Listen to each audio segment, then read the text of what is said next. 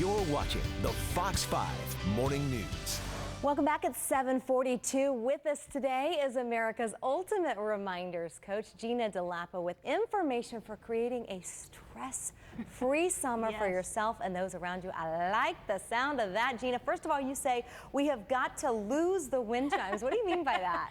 Well, here's my theory, Erica. Nobody really likes wind chimes except the people who own them. And whether I'm right or wrong on that, I think the bigger point is we've got to find ways to reduce our summer stress without causing stress to those around us. So whether it's wind chimes or loud parties, if we're having fun at somebody else's ongoing expense, we really haven't gained ground, we've lost ground. Very good. Next, you say we've got to block out me time. Oh, yes. Can I say a word about that? Please. Sure. Two points. Well, number one, block out your me time while you still can. Whether it's 2 weeks off or every Friday off or every Monday off, be creative with your summer.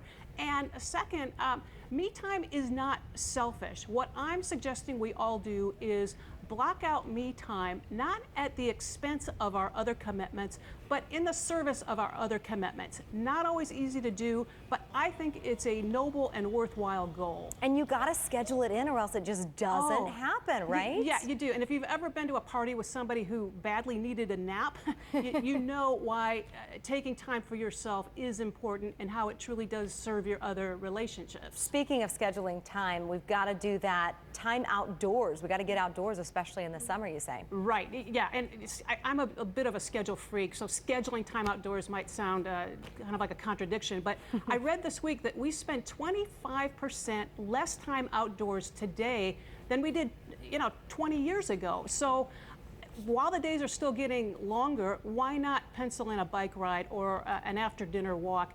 Get some fresh air. It's a great way to relieve stress. And as a friend of mine likes to say, it's cheaper than therapy.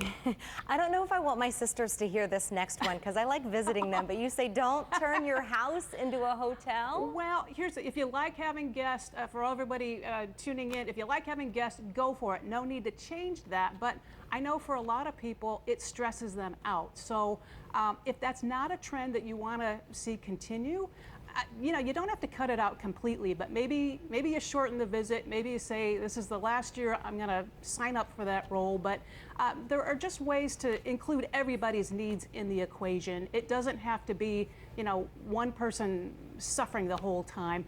Make it work for both of you. And again, I think that's possible. I'm reading your book right now, and this point stuck out to me. You say if you don't like somebody, don't go camping with them, right? Well, yeah, I mean, you hear people come back from vacations and they're grousing and you're thinking, couldn't you see that coming? That's just not someone you want to go there with. But I think there are a lot of points to be made from that statement. And number one, figure out, well, let me back up.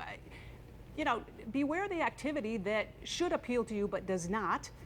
Two, figure out what you don't want to do this summer and write it down and commit to not doing those things. It will leave far more time for the things that you do want to make time for. Lastly, you say we've got to pretend we're not home in order to have a stress-free summer. Pretend? Well, okay, I'm being a little facetious, but that's actually a direct quote, Erica, from a friend of mine who has a pool in her backyard. So everybody always wants to come over and be your best friend, and they want to come over even when she's not there. Well, that obviously isn't going to fly. And so her strategy is to have people over, but to do it on her terms, not everybody else's. And I think if all of our viewers took the time, and I'm including myself in this, took the time to figure out what we want from this summer, what we don't want, we can truly make this a summer to remember. Good stuff, Gina. Thank you. Okay, so I Googled the sound of wind chimes to see how annoying they actually are.